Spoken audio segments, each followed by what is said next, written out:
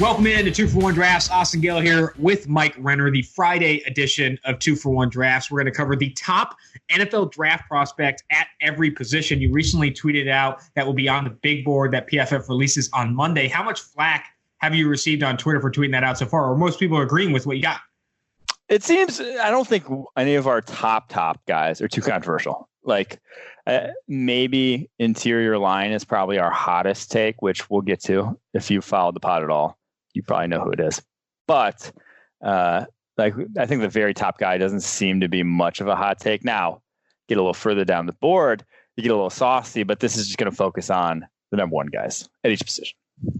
Gotcha. All right, well, we'll do that. We also got interviews. I sat down with Kristian Fulton, LSU cornerback, Antoine Winfield Jr. of Minnesota, and Alex Highsmith, the edge defender from Charlotte. I'll say this. Antoine Winfield Jr. is a super smart dude. It was great to talk to him. He's a very energetic guy. Talked about the influence his dad has had on him, his instincts, how those have developed. Kristian Fulton, a little bit short and sweet. It was hard to get him to open up a bit, but something that I found interesting, you'll hear this later, but he said at practice, nobody talks more trash than LSU's defensive backs, but in games, no one talks trash to us because we're the best in college football. And I thought that was very interesting. He keeps it close to the vest unless he's with, the LSU guys. And go ahead.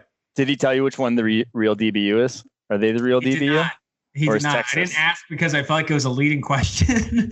But he also said that Derek Stingley, awesome, but also a very quiet guy as well. It's hard to get the tiger out of him. And then Alex Highsmith, smart dude as well, hammers home that walk-on mentality, blue collar, lunch pail type that I think teams will really like having as a depth piece. He's excited to get NFL coaching. He's excited to work with a veteran at the next level because I do think he wants to get better and he knows he can. So he was a good interview as well. But let's get into this best. I would hope he wants to get better.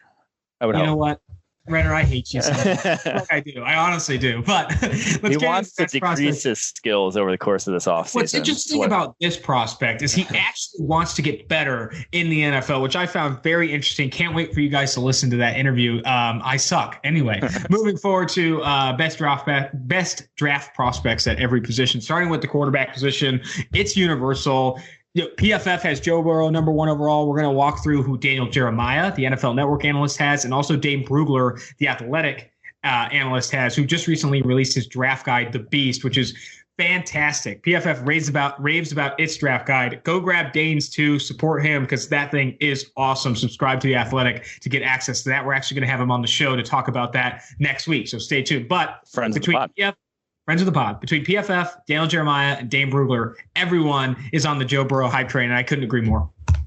Yeah, I mean, if you don't have Joe Burrow at the top, if you created a ranking, watch all college football, watch all these quarterbacks, and you put any other quarterback at the top, I question if you know what the hell you're looking at. I question if you know football. There is no reason whatsoever to put anyone else. Yes, there are legitimate concerns. Yes, there are legitimate criticisms. I'm fine with that. I am not fine with saying that at this moment in time, knowing what we know, you would put any other quarterback at number 1. You can't. Yeah, I mean, it's everything. I can't even, the argument that he only has 1 year of significant success. I feel like we make that excuse about every top quarterback in every draft. It's like, oh man, you've only seen him really do it for 1 year. It's like, yeah, that's how it usually works. Kyler Murray. Kyler Murray, Baker Mayfield was a bit of an outlier, but Dwayne Haskins 1 year, but had significant success at Ohio State. These guys normally have 1 year where they really send it. And Joe Burrow really did send it. He was one of the most accurate quarterbacks PFF has ever seen in the college era, dating back to when we first started grading college players in 2014. He was the most accurate, especially on those throws 10 plus air yards down the football field. I like what he can do outside of structure, even though that's maybe not as predictive or as valuable as clean pocket play. But what he does under pressure, what he does outside of structure is also fantastic. I really do like Joe Burrow. I don't even think we have to talk about it much more. Well, and you always bring up he's accurate on 10 plus yards and whatever, but under 10 plus yards, he was also the most accurate. We talk about the downfield stuff because that's usually what matters the most. He was also the most accurate just anywhere you wanted to slice it. Yeah. And we talked with, what's his name? Tia Hushmanzada, who's training with him and some other wide receivers, or was before maybe the quarantine hit. And he said the quarterbacks that were there and training with him are all like, how is this guy so accurate? No one can, he is on a different level than even guys who are playing and training to be in the NFL. And yeah, I mean, the way TJ Houshmandzadeh described him to us was like, man, this guy's just insane. Like he just had similar to where we are right now in the pre-draft process. We're out of adjectives on how to describe just how accurate Joe Burrow is, how good he is throwing the football. Number one player in this class, number one quarterback in this class, hands down. Let's go to the running back. I was just going to say that I dropped quarterback superlatives, and I've been dropping like superlatives throughout the week, which is like, biggest arm, most accurate. And he won, I think, so he won most accurate. He won best deep ball. He won most fun to watch, and he won one more. Like he was like the superlative for, like, if you're looking for the best at certain things in this class, pretty much everything, he brings it to the table. All right, we're going to jump to running back here. There's a little bit more differing opinions at the running back position. Right now, PFF has Deandre Swift, the Georgia running back, at number one at that position. Daniel Jeremiah is on that side with us. He also has Deandre Swift there. But Dane Brugler, J.K. Dobbins, who's had comps to Ray Rice at times, which I think is a good comp for him. But I think it's an interesting running back class. I wouldn't say a particularly great one because, I mean, we've talked about this before. The difference between Deandre Swift, who's probably going to go, I mean, very well could go in the first round, which would be absurd. But the difference between Deandre Swift, who will go probably in rounds 1 or 2, and like a guy like Clyde Edwards-Helaire or Antonio Gibson of Memphis, like, is not that significant. And for that reason, it's just hard to value. Even our favorite running back in this class is a round 1 pick. Yeah, I disagree that it's not a great class. I think there are about 7 guys you can win with out the gate. Like, I think there's 7 legit guys that are talented, and they are obviously DeAndre Swift, Jonathan Taylor, J.K. Dobbins, Cam Akers, Zach Moss, and then I'd even throw Antonio Gibson in there. And then there's one guy I'm forgetting, who I'm an idiot for forgetting. Am I forgetting someone? Or am I just an idiot right now? I think you might just be an idiot. Well, let me tell you, there are 7 guys that I think you can win with at the top of this class. And that's why we keep saying don't draft one round 1, because you're going to get one of those 7 most likely in round 3 or round 4. So, but I do think DeAndre Swift, what he brings to the table in the passing game, is very valuable. The Dobbins take is interesting to me, though, that Brugler has, because I'm not sure I've seen anyone else be like J.K. Dobbins running back 1. Like, J.K. Dobbins seems like a guy that everyone kind of universally likes, but no one's ready to call and put a pin in and be like, he is the best guy in this draft class. I certainly am not, but that one's an interesting take to me, because I just think DeAndre Swift does a lot of similar things, but it's just more explosive in the pass game. I'm going to counter that you disagree with this running back class being good because you can win with 7, and that you could probably win with 15, 20, because it just, I mean, they're the positions very similar. I mean, you're just getting replaceable value across the board. I mean, until you get into like the AJ Dillons of the world, like, I feel like you're still going to be getting a plus athlete at this position. Like Raymond Calais is a guy that deep down draft boards, I think, can offer value, like similar like Raheem Mostert, and then he has good track speed and stuff like that. This running back class is good, but like, it's bad because they're all good and they're all kind of, I don't know. It's an interesting discussion. I don't think, though, that down the board there's a lot of great talent in terms of like, like the last year we said, who is your Boise State boy? Like that you would Alexander Madison, like day 3 guys. There are a number of day 3 guys who are like, yo, you grab this guy in day 3, very close to what you're getting in, round 2 with the Penn State guy who, God, I cannot think of a name right now. Miles Sanders, piece of shit. I know where they all went to school. I know where they went in the NFL. I just don't remember their names. But we were saying, that group is where you want to be taken from, the later group. This one, I think you want the top group, because I think the guys later on, the LaMichael Pirines of the world, the DJ Dallases, Darrington Evans, and Anthony McFarlands, I don't think they're close to this top group. Like that top group.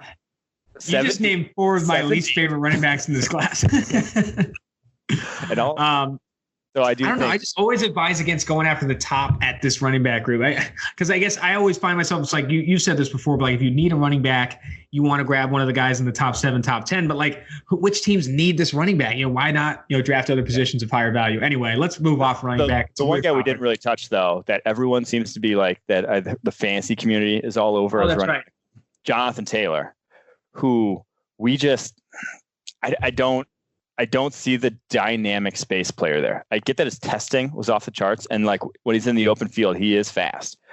But like one-on-one guy in the hole, I just don't think he wins that matchup enough for me or one-on-one guy, in the flat. To me, he just doesn't win that matchup enough. That I'm going to get on board with him as running back 1. DeAndre Swift wins that matchup. Like Zach Moss wins that matchup, even though he's not particularly fast. Clyde Edwards-Helaire wins that matchup. Jonathan Taylor, I feel really good about his projection, running NFL running concepts. I just don't think he's dynamic enough to covet, above all these guys on the board. There are definitely guys that are better one-on-one with a guy in the hole. I would say that for sure. Moving to that was your specialty. You're still in. Tight end position. Let's jump there. PFF high on Hunter Bryant, the Washington tight end. He's the number one tight end right now. DJ has Cole Kmet, the Notre Dame tight end, and Dane Brugler, Adam Troutman of Dayton. I think what that speaks to is just how bad this tight end class is. Because, all three of those guys are, near again, it just pick who you want at that position. It's more like scheme fit, what you want to do at the tight end position, what role do you want him to play? Because all of them, I don't think we have a single tight end higher than 65 on PFF's board, and I think for that reason you're going to see differing opinions on who you take first. Yeah, so that's the thing. So tight end and interior offensive line are the two positions where just all over the map in terms of who's tight end one for certain people. I've seen Hunter Bryant, Cole Kmet, Adam Troutman, Purdue's Bryson Hopkins, and FAU's Harrison Bryant all be tight end one for different people. People have all had them as tight end one. I've actually even seen Thaddeus Moss, who I don't like at all, as tight end one for different people. The evaluations of this tight end class are all over the map, and I think you hit the nail on the head. It's because there's none of these guys really go above and beyond the call of duty at the position. None of them really tick a lot of the boxes. So all of them have massive, massive deficiencies. For us, our top guy, Hunter Bryant, it's kind of like tight end in name only. He's looks more like a wide receiver, and then he didn't test like a wide receiver, which is kind of like that scary dynamic that, you don't want that guy. That might not translate to the NFL. Troutman, level of competition, not very fast in a straight line, ran the 4.8s. Cole Kmet, the dude does not run routes that aren't in a straight line.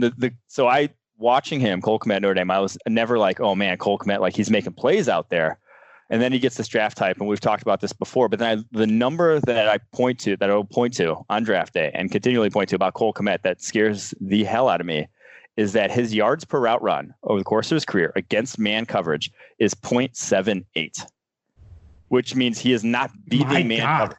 He is not he was not beating. How many snaps is that? How many snaps? That was over 200 in his career. Oh, really? Oh, wow. Man, that was not a small sample size. Yeah, I went back and looked. It was not insignificant there for him. So specifically with tight ends and slot receivers, looking at their advanced stats and production against man is so important because those two positions play a ton against off zone and trying to find spaces in zone, which aren't always reflective on how well can you get open, more so what you can do after the catch and those things. But very interesting stuff there. And I think we talk about the tight end position being lower in terms of positional value.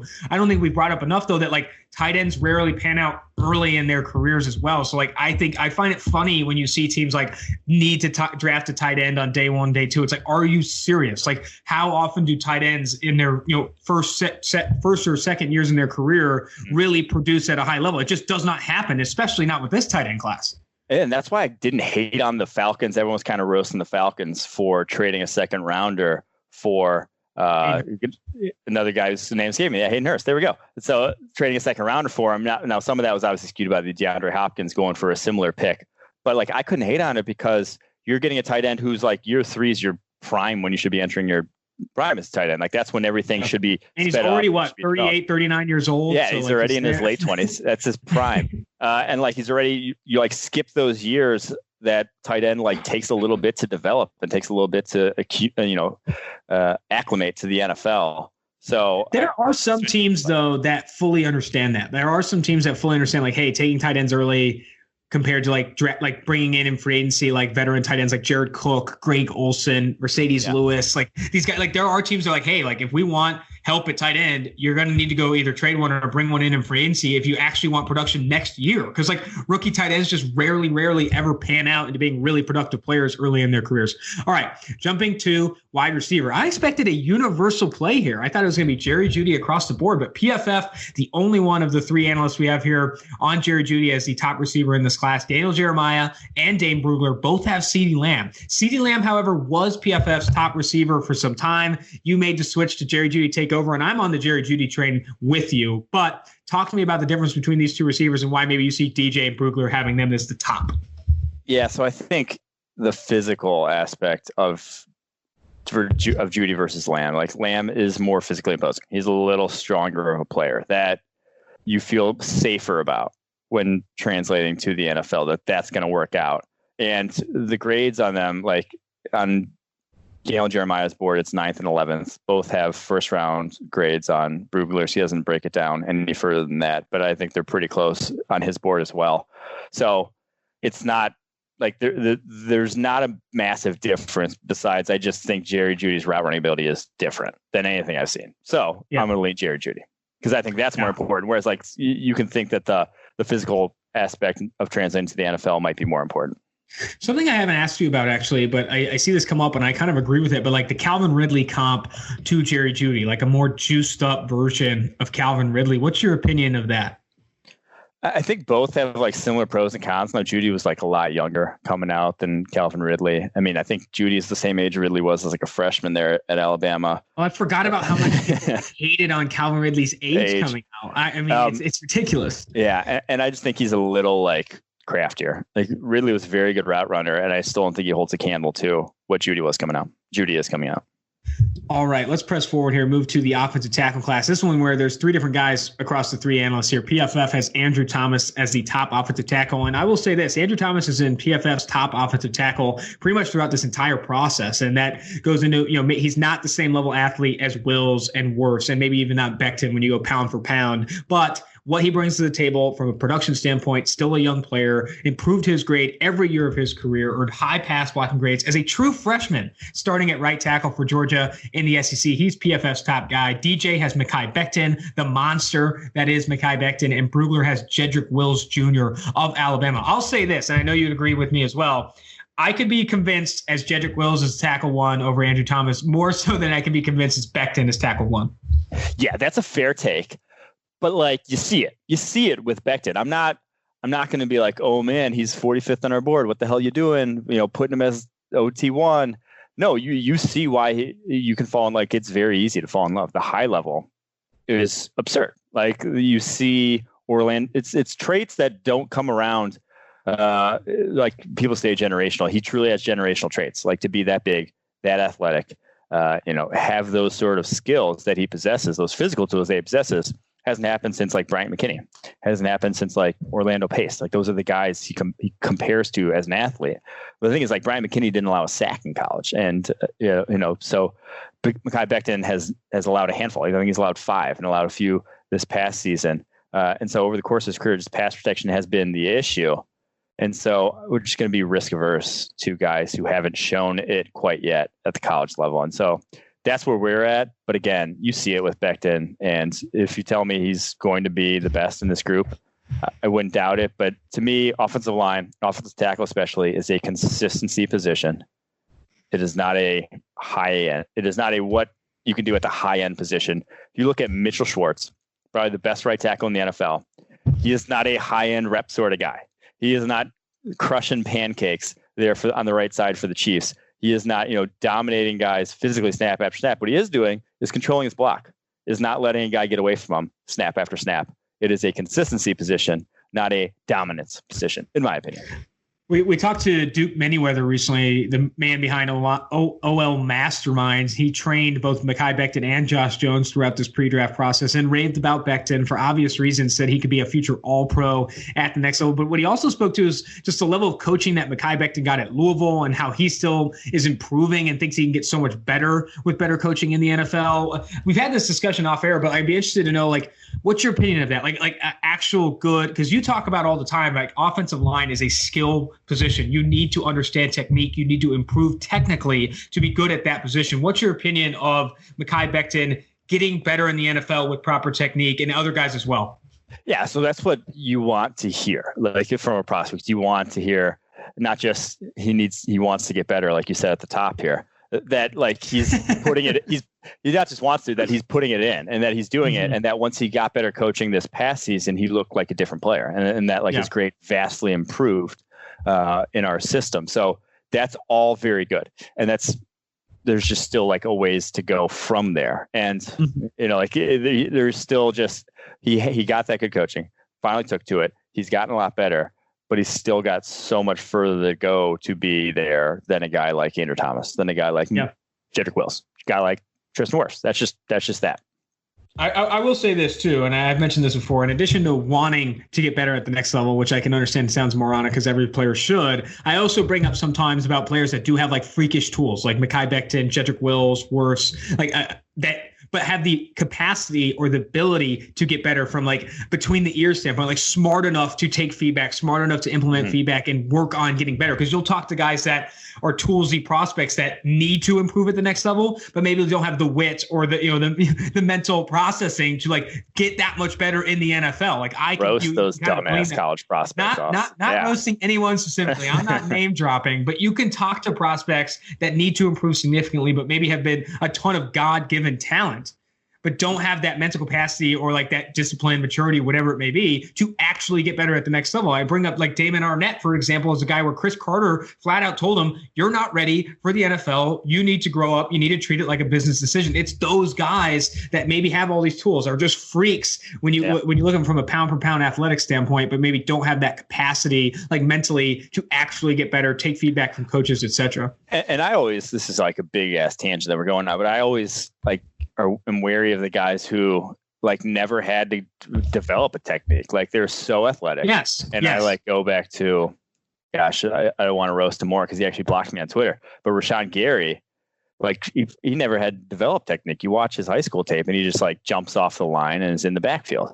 Like some guys, when you're or what about like early career Clowney? Like, I mean, like I feel like Clowney was like a wrecking ball his entire career to a point where like at a position where skill and technique matters, never had to learn it. Like legit, like never had to be a skilled player. I mean, Kinlaw in a way dominated without legit technique, but you talk to him and you quickly find out like he has that ability to improve at the next level. He has that mental capacity, that demeanor, that motivation to really, really improve in the NFL. We're getting off on a tangent. Let's keep moving through the best by position here. Interior offensive line, different across the board. PFF, Netani Muti of Fresno State. We've been on Muti since the dawn of time, it feels like, talking about his YouTube highlight reel, talking about how just freaky this guy is from a size, strength, and athleticism standpoint. Daniel Jeremiah has Cesar Ruiz, who you've come around on. I think he was lower on our board before the Senior Bowl, right around there, but it came up a bit when you were reviewing the tape again. And Brugler, probably the most surprising one, Lloyd Cushenberry of LSU, the top interior offensive lineman in this class. I find that kind of insane.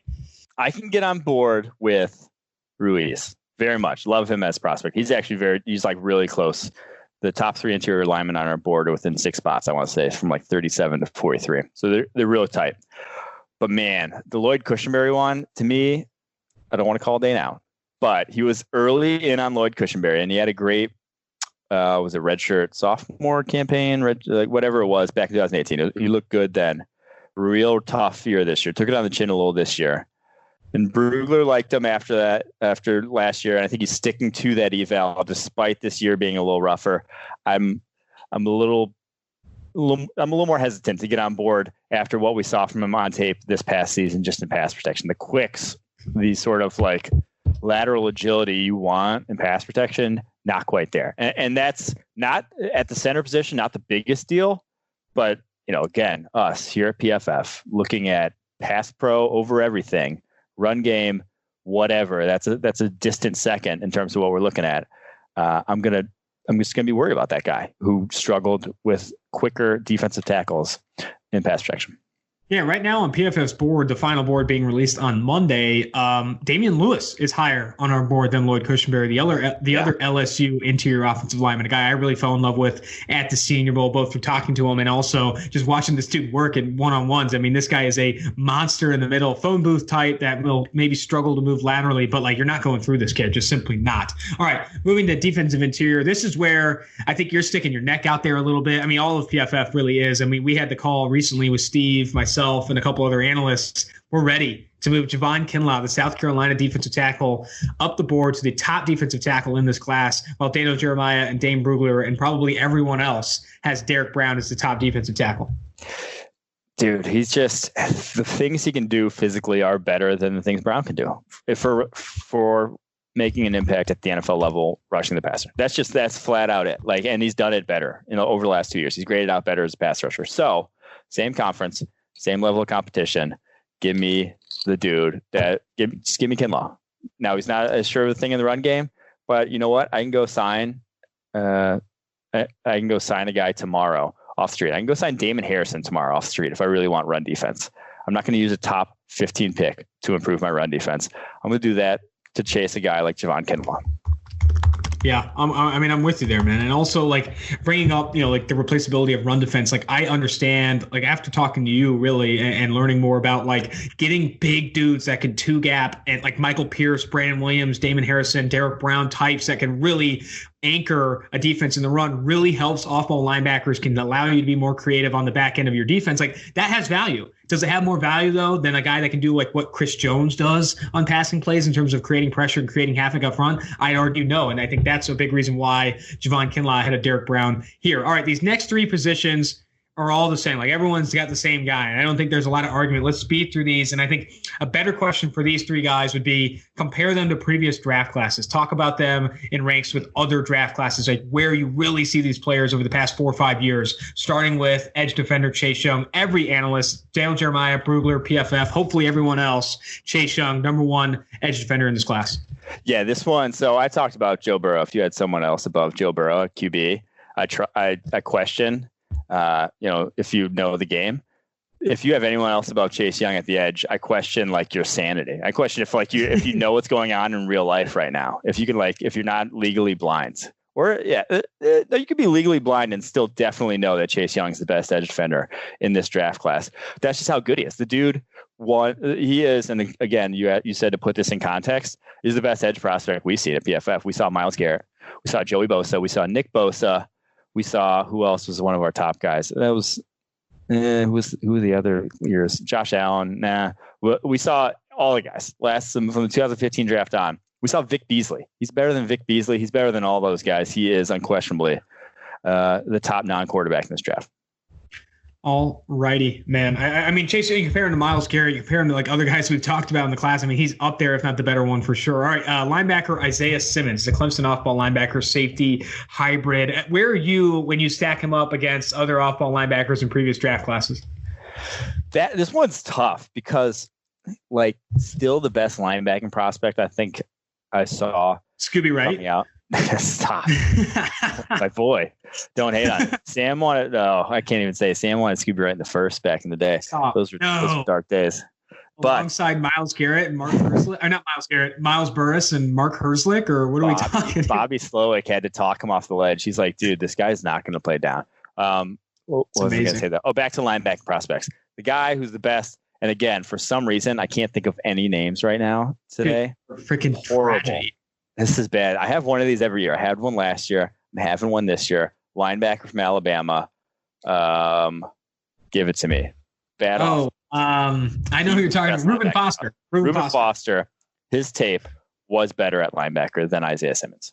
Isiah Simmons is a freak. Ruben Foster was definitely awesome. A better athlete. Ruben Foster. Who was the off-ball linebacker who played for Alabama before Ruben Foster and like got drafted before? Who was that? Was that C.J. Mosley? Probably was. Reggie Ragland was right before. Oh, okay. But like I remember like people were hyping up Reggie Ragland, then you turn on his tape and see Ruben Foster. I think he was wearing number 10 in Alabama. Like, who is this guy? Because this guy's blowing it up. That dude was the best linebacker like I've seen at the college level in recent years, probably like since like Kuechly. He saw everything. Everything was happening. The game, talking about like the game moving slowly for him. He was moving at a different speed and processing stuff. So he was the best I've seen. But next on that list, probably going to be Isiah Simmons. I remember you tweeted out when Ruben Foster was still playing for the Niners in like 2018, him just getting back on a hook in cover 3. And it's just like, what? You just don't see that. You don't see that. Yeah, so it was like a play action pass, and he's got, like you said, the hook and cover 3. So like right in the middle, he's got a zone, and you see him turn around, like right after, like one step forward, turn around and sprint, not at a guy, sprint to the spot where he knows the ball is going to be, like, and then like is sprinting on a dead straight line, like no curve, no angle or whatever to his route, no like change of direction at any point, looks back, breaks it up, like, and if he didn't take the route he did, if he didn't like do everything perfectly, it's an easy money, deep crosser for 20 plus yards. But like, it's just a play that you don't see get made ever. Yeah. And he made plays like that. I mean, end zone angle, all 22. This guy has his back to the line of scrimmage, sprinting at the crosser, like maybe a second into the play. Like, oh man, it's just absurd. And those are kind of the things, though, that you do worry about Isiah Simmons, is that you don't see those. Like you don't the processing, right? You don't see the processing. Yeah. Or I'm just saying, like you have those aren't on his tape. Like you don't, because the position he played, like he's deep safety. Like he's not in a role where if you throw him at linebacker, when you do see a play action like that, how's he going to react? Because he's never done it before. That sort of thing is the worry with him. Now he has a little more leeway in that he might not need to take that direct route because he's so damn explosive and so fast. But I do think that there is some legitimate concern about how he'll react once he is in the, between the tackles, the majority of snaps. All righty, let's jump to cornerback. Everyone, Dane Brugler, Dale Jeremiah, and also I would say a lot of analysts as well. Jeffrey Okudah, the Ohio State cornerback, is the top cornerback in this class, a top 5, top 10 type of player in this class. I went back and watched more of his tape because I wanted to watch Jalen Reagor in 2018 against him. And like, dude, this guy was so good at a young age, technically, like processing and understanding route developments and those things. Like he got thrown to the dogs when I think it was Sheffield who was getting kind of burned by Reagor. He comes in like just how he positions himself and like understanding alignment and assignment. And then you find out he's built in a lab to play the position, athletic, all the size, all the length. Like, I don't know. Chase Young's great. Joe Burrow's great. Like there's a lot of good players in this class at the top end, but like Jeffrey Okudah is right there, man. He is very, very good. Yeah, that's the thing that I think has almost been, I don't want to say lost because people have said it, but like Okudah at the cornerback position is a lot closer to, as a prospect to Chase Young as being elite and almost can't miss in that regard because of his physical tools, because of what we've seen from already on the field, than a lot of people have like led on. Like everyone's like saying, oh, it's Chase Young, no brainer. I think it's a little bit more of a nuanced sort of debate between those two with how good both of them are. Yeah, I don't think enough has been said about, and Sam Monson has said it a bit. I've seen others have the take as well about Jeffrey Okudah ahead of Chase Young when you're valuing coverage versus pass rush, when you're looking at like how he can impact the game. But like there is definitely a conversation to be had because he is that good. All right, last one here, and we actually have differing opinions here. PFF on Grant Delpit. I remember you texted me, I want to say like a little over a month ago. I think we were still hanging out at bars and things. You said, I don't think we're high enough on Grant Delpit. I know the missed tackles are a problem. I think we've been talking about Grant Delpit's missed tackles since 2018, but you said we're not high enough on him because of the splash plays he can make in coverage, the instincts, the processing, the range on the back end. And he's our top safety in the class, while Daniel Jeremiah and Brugler have Xavier McKinney, the safety, the Alabama safety.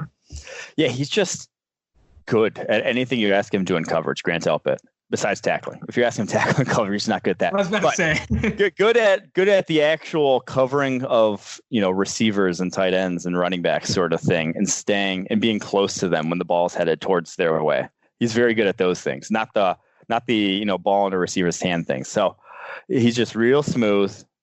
He's pretty physical. I don't, like for as not physical as his tackling is, he can be physical in coverage.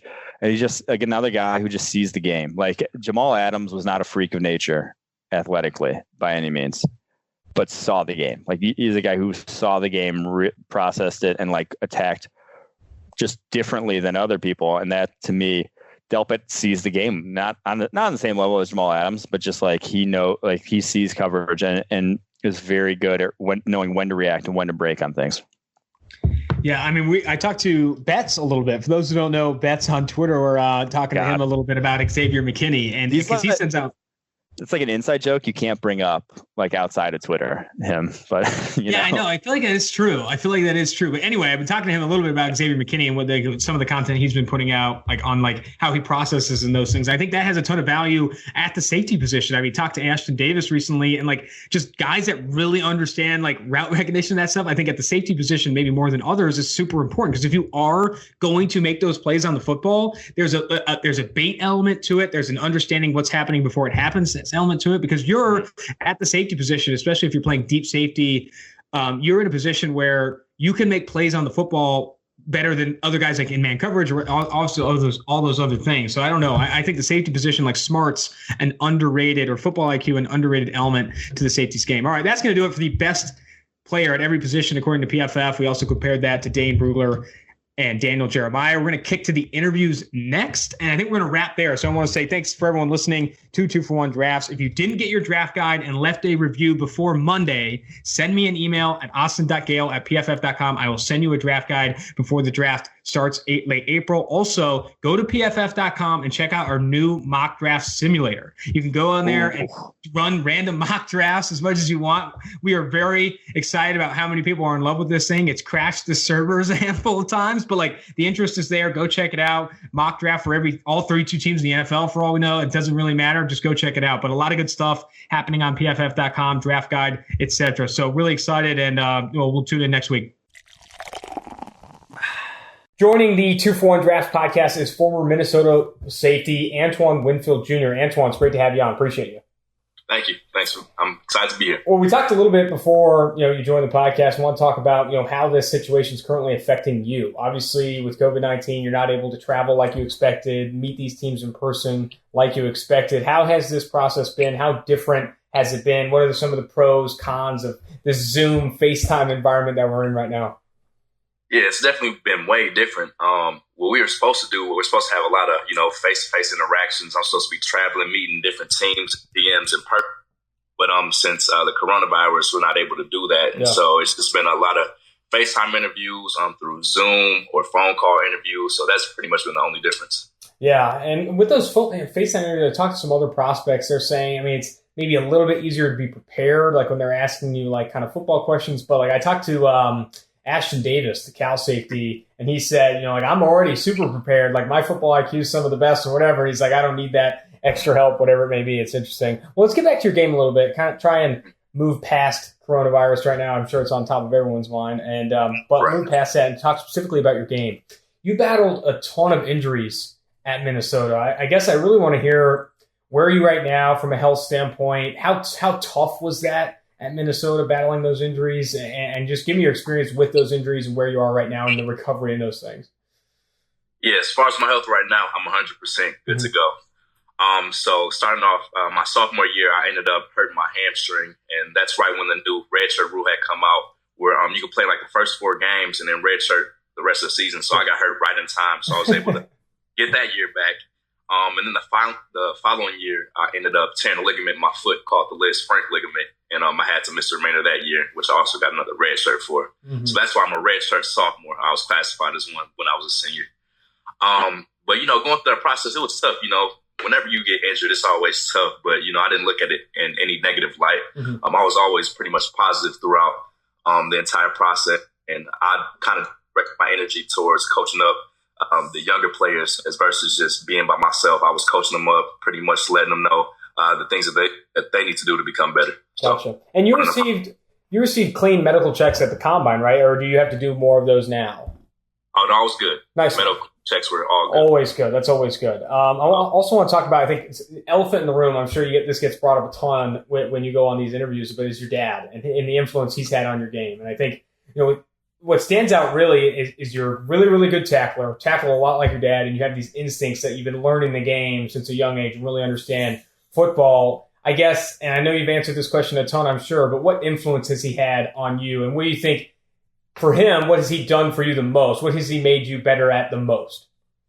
Yeah, he's been a huge influence. I mean, he put a ball in my hands at an early age, as early as I can remember. And, just growing up and just watching him and what he did in the league, he was always just a person that I could look on as far as getting football advice. He was always there, so I could ask him pretty much about anything. And as far as football, he started me off young. I was out in the backyard I was backpedaling at a young age, doing footwork at a young age. And he's always been there along the way, just helping me get better in any area that I needed help in. Gotcha, man. How much is he helping you in this process? I'm sure the pre-draft process for him was a lot different than it is right now. Right. But, what is he saying to you in terms of preparing you for these team interviews and that? Yeah, as far as interviews, just to be myself, I'm unique, just to be myself. And try not to be like anybody else. And as far as right now, the only thing we can really do is just do home workouts and, just in FaceTime interviews and things like that. So it's not really too much I can do right now. Let's get back a little bit to your game here. I think obviously what stands out with you is the tackling ability and it's the instincts. And a play that comes to mind, I think it's against Fresno State, or it's a red team. I feel like I don't look at the teams when I'm watching the tape, but I think it's Fresno State overtime interception. They interview right after the game, and hearing you break down the coverage and what you saw and how you reacted to the play, like that stands out to me. When I'm, my co-host Mike Renner jokes with me saying, "You love guys that watch the tape and really understand the game." It's like, yeah, I do, and I think that has a ton of value in the NFL, like really understanding coverages, route recognition, pre-snap play recognition, that kind of stuff has a ton of importance. What goes into that? How do you become instinctual? How do you see the play before it's happening? I'm interested to know like your process in getting better and becoming so instinctual like you are. Yeah, it's just through practice and film study, studying what our opponents do. It only gives you the upper hand, and when you're going against them and being out on the field, you can pick up things faster. And as far as that play right there, I remember like early on in the game, I remember feeling stressed because I was in cover 2 to my side. And I remember feeling stressed because they sent like 2 verticals to stress me out as the half defender. And I knew that they were going to come back to it because one of the plays it was open. And so that's kind of how the instincts come in, where you just got to remember plays. You can't just forget what happened. You got to remember, and you always got to have your thinking cap on because, the offenses are going to keep coming back to the same things that are working. So it's a lot to just practice. I want to bring up another specific game as well, the Penn State game. I mean, you had a fantastic game in that one. I think multiple interceptions, a handful of which showing off range and those instincts again. Were you just, was it just a good day for Antoine Winfield that day or what? Because I feel like you really balled out there and really showed up. Went against KJ Hamler, one of the better receiver prospects in this class. Talk to me about that game. Obviously, you had been pretty happy coming out of that one. Oh, yeah, that was a fun game right there. I'll remember that game for the rest of my life. Had a great day that day. It was just exciting just to be able to make some plays that day to help us get that win. I had 2 interceptions that game, and I can really credit that to film study. That's just knowing what they do, knowing who their targets are going to, knowing who they like to pass to, how their quarterback moves, and how he throws the ball. So I credit that just to a lot of film study. Now, let's get back to film study a bit. In a given game week, how much film are you watching? And when you are watching film, what are you looking for? Is it tells, like pre-snap tells in formation, alignment, and personnel, or is it more like specific player opposition scouting, looking at what a specific player you'll be going against does? I'm interested to know like what you're actually looking at and how much film is important in a given game week. Yeah, mainly I look at formations and personnel based on what their receivers do or how their quarterback moves. So if I know that they have a solid receiver and he's getting 70% of the targets, if I'm in that post, I'm going to be leaning towards him because I know the ball's going to him 70% of the time in different formations. So I'm looking at the whole overall concept of how their offense runs. And then after I figure out like what concepts they use, like the passing concepts and route concepts, I'm just looking at individual players and seeing how they're running their routes. And that's kind of how I'll prepare throughout the week as far as watching film. I'm going to shift gears a bit. You went against some great receivers in the Big Ten in your time in Minnesota, but I would say one of the better ones on your football team, and Tyler Johnson. He's the guy that was the highest graded receiver in college football for PFF this past year, but does not receive the same love from others. Like Tyler Johnson in this draft class does not get the same praise that, in our opinion, he deserves. And I'd be interested to know your opinion of Tyler Johnson's game, what you think he brings to the next level, but also your opinion of him as a teammate, because I think I've seen and heard from some analysts and stuff that he doesn't get this the recognition maybe, or gets maybe negative reviews from teammates. I'm interested to know from a teammate perspective what Tyler Johnson brings to the table and also his skill set. Man, Tyler is a playmaker, and he showed this coming in because we came in together, and just going up against him pretty much every day in practice. He's a dude. What he brings to the next level is he's just a great playmaker, great receiver. He has great hands, great routes. He's a smart player, and he's just a dude. And I was kind of confused because somebody else told me that he was getting like negative reviews, and I don't understand why, because he's a guy and he's overall a great dude and a leader on our team. So I was kind of confused when people were saying that, but he's a dude. I was also confused. I talked to him recently. He was on the podcast as well, and I said, "Man, what do you see?" And he said he didn't pay attention to that stuff. But I kind of pressed a little bit and said, "But you got it. What do you really think when people say that? They say they don't know me and that kind of stuff." So I'm with you there. Yeah. I'm blown away by some of the negative feedback he receives. It's interesting. I want to look ahead a little bit to Minnesota Golden Gopher fans. They got some good returning players as well. Tanner Morgan, Rashad Bateman. Speak to those players and what they bring to Minnesota this upcoming year. Yeah, Minnesota is on the rise right now.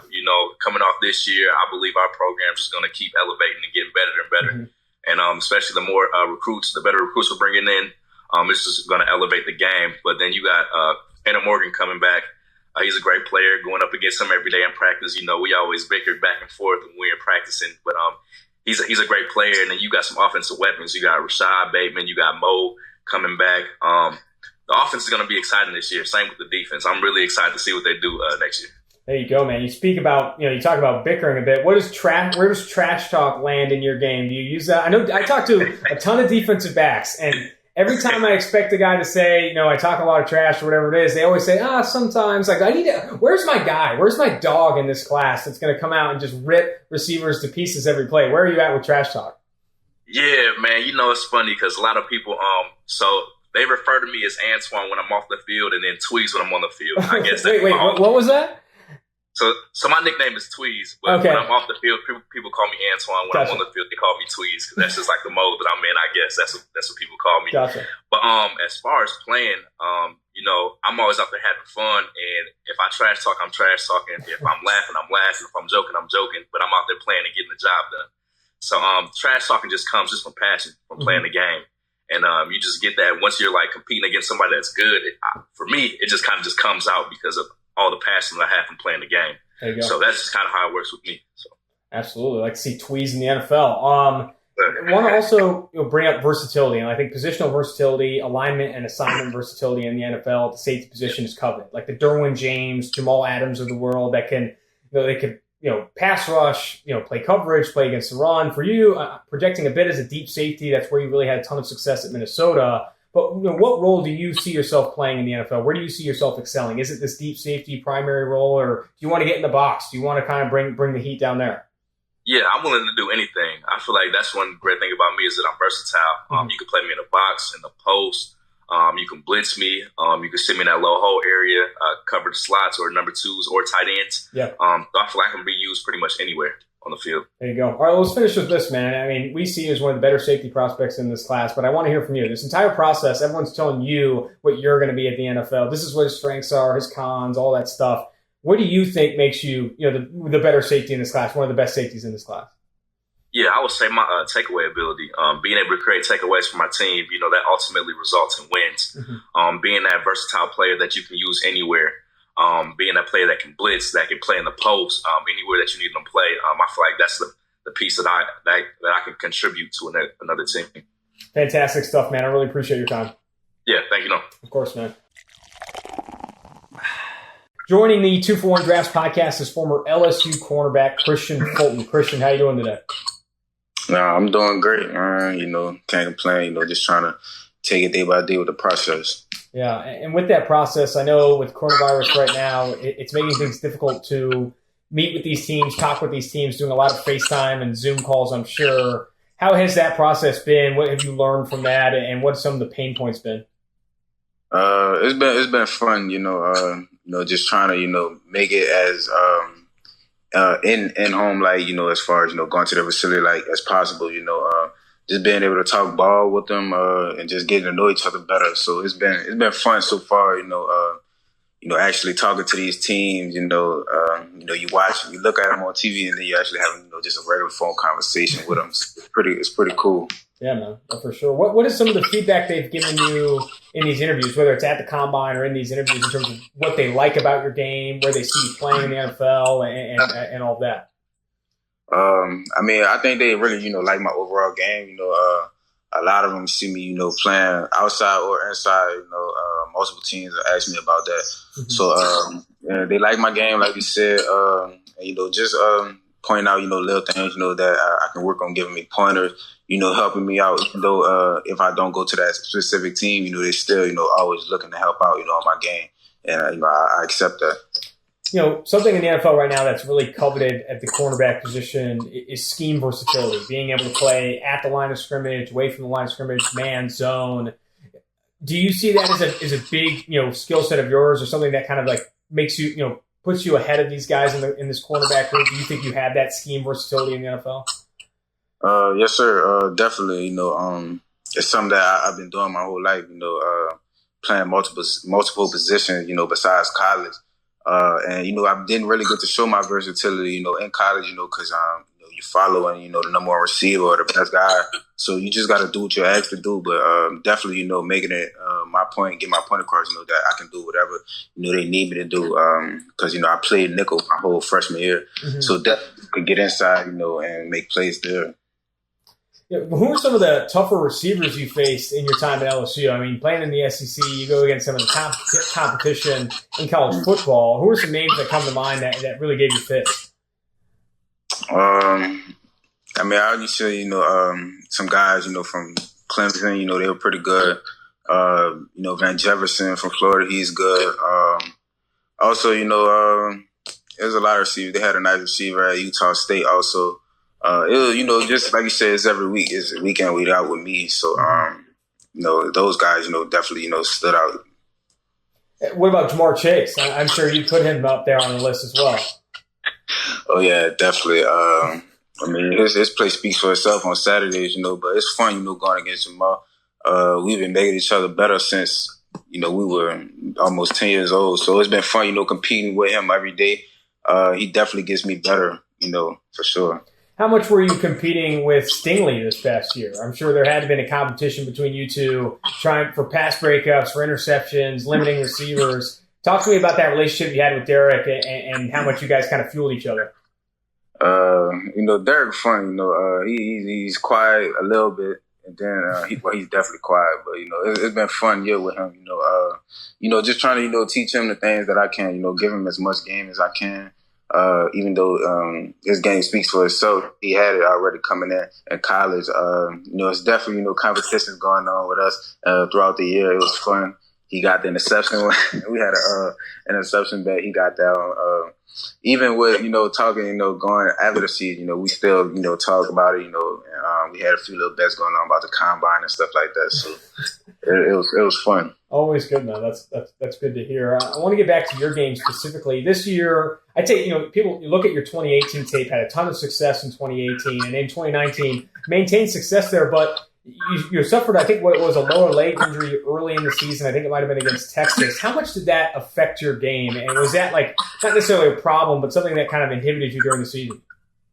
Definitely, I don't really bring it up or speak on it, but I was literally hurt the whole year. I had an injury in camp, so I missed most of camp. And when I did come back to camp, I had another ankle injury that came up. So, it was just something, that I had to deal with mentally, and, no regrets. I had to play through those things, but it's part of the game. This is what I signed up for. You might be hurt, but you still can go out there and play. And that's what I did this year, gave it my best, but that's my main thing, this offseason, it's something I definitely learned, take care of your body for sure. What was the injury in camp? And were they both ankle injuries or what were the injuries? Just had a little hamstring pull, sat out a week or two, then came back, and then that's when I had another ankle injury. And, I was playing through that, and then I had re-injured again during Texas. Mm-hmm. So it was just a year of just nagging injuries. Yeah. So I definitely think, it hindered my performance, a bit. That's something you're just going to have to play with. I guess sometimes the NFL is fighting through that for sure. Yes, no doubt.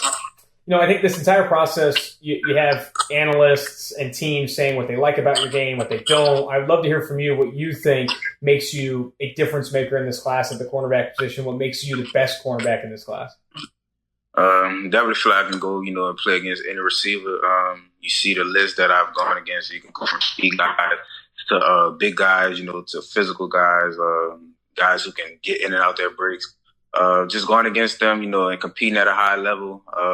I don't feel like, everybody gets a chance to do that week in and week out. And the film speaks for itself. Like I said, me personally, I know what I can do on the football field.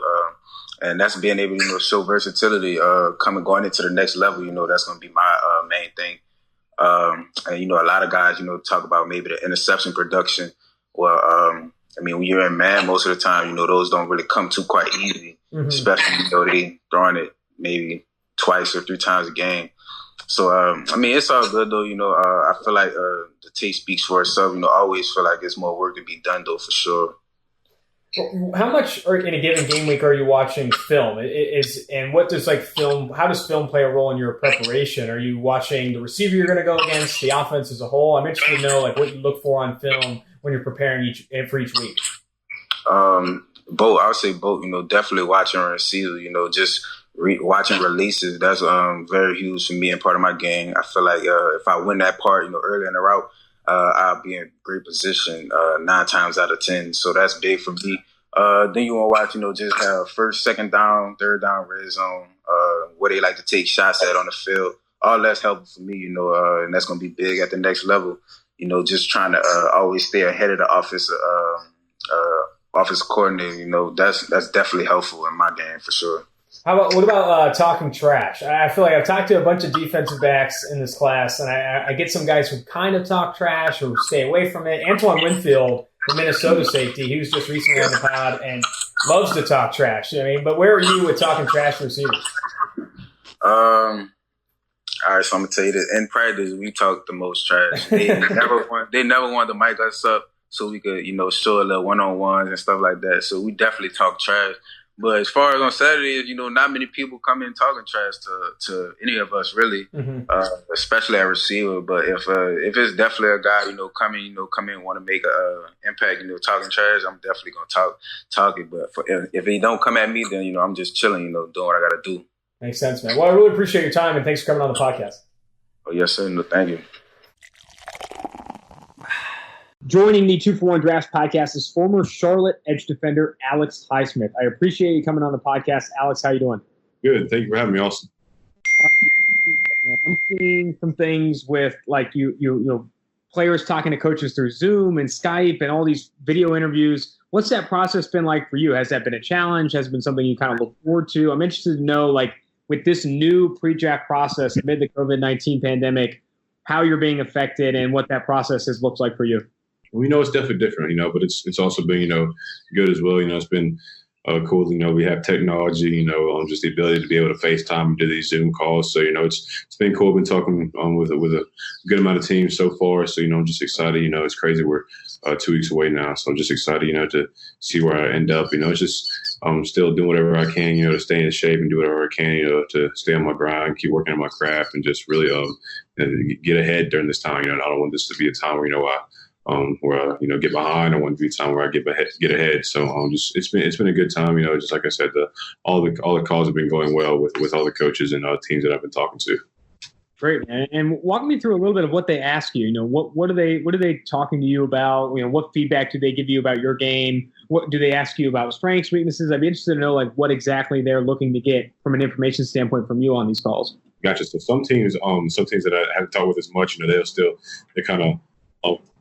kind of talk, just ask me personal questions and stuff like that. Questions about me, my time in Charlotte, about my playing time in Charlotte, and just about my background and stuff like that. And we'll watch a little film and stuff like that, or go over their defensive scheme. And then a good amount of coaches, we've kind of broke down my film, see things that I've done good, see things that I can work on and stuff like that. So it's kind of been a mix of both, and just really getting to know me more, and just diving into the game more. And just some teams, like I said, have also talked about their scheme as well. So I've really enjoyed them all. I think, going to the NFL, a lot of people talk about, how much better you can get technically, adding pass rush moves, adding different things at the NFL level. Is that something that you look forward to? And do you think that, you haven't even scratched the ceiling in terms of what you can do and how much better you can get with NFL coaching and these guys, at your side? Oh, for sure. I feel like I can get better, every single day. There'll never be a day where I can't get better. I'll never be perfect at anything. So you're going to strive to get better and better. And that's why, I hope I do go to a team, who's got some veteran guys, who've had a lot of experience in the league that I can really, go under and just really learn a lot from. I feel like I'll definitely be a sponge. I want to just absorb all the information that they tell me and just learn from them. So I'm definitely looking forward to adding more moves to my arsenal, because, guys in the NFL are bigger, they're faster, they're stronger, more athletic. So I just really got to do whatever I can to just fine tune my techniques and just really come up with more ways to beat guys in the NFL. But I'm excited for it. And so, I can't wait to, keep improving my game. You had some great coaching this past season. It helped you finish sacks more. I know they brought on a coach recently at Charlotte that really helped you along the way. Can you speak to the influence he had on you and the relationship you had? I think it was Coach West. Am I correct there? Yep. So Coach West. Coach Healy brought in Coach West, Marcus West from Minnesota. He was with that's where he came from this past year, but he was with Coach Healy at Chattanooga and Austin Peay before, and so they've had a great relationship. So he brought him in, just thankful that he did, So he brought him to me, and just Coach West told me so many things, that I need to fix in my game, my pass rush game, and some things that I can improve on. So that he taught me so many new moves and stuff like that as well. And we also played a 4-2-5, which is a scheme that really gave me a lot of freedom on the outside and a lot of really helped me to just be able to affect the passer, rush the passer up front, being on the edge in a 4-2-5. So I'm just thankful for him and just everything that he's done for me. He's really one of the main reasons, why I had the production I did last year. So. Well, what have teams talked to you about in terms of like alignment and usage at the next level? Do they see you, do they see you as this hand down edge defender in a 4-3, 4-2 type of system? No one really plays 4-3 anymore. It's always trying to get people out of the box now and play different personnels. But what have they talked to you about in terms of how they want to use you at the next level? Gotcha. So most teams I've been talking to right now, are 3-4 teams. So that's what, most likely going to be playing at the next level is that 3-4 stand-up outside backer. A couple of teams I talked to, they run a 4-3. But, I feel like either position I'll be good at. But, I'm 3-4, and I feel like it really suits my size to be a stand-up guy, to be able to set the edge and rush the passer, drop into coverage if I need to as well. So I feel like I can do both. I'm very versatile, and that's what I want teams to know about me. So, I'm excited to see where I go. But, like I said, most teams I've been talking to, will have me like a 3-4 outside backer. And so going back to a little bit at your time at Charlotte, walk me through what you do in a given game week to prepare for an opponent, for a team. How much film are you watching? What specifically are you looking for on film? Is that team opponent? Is it opponent scouting, team offense scouting? I would be interested to know what you look for in a given game week to get better and prepare for games.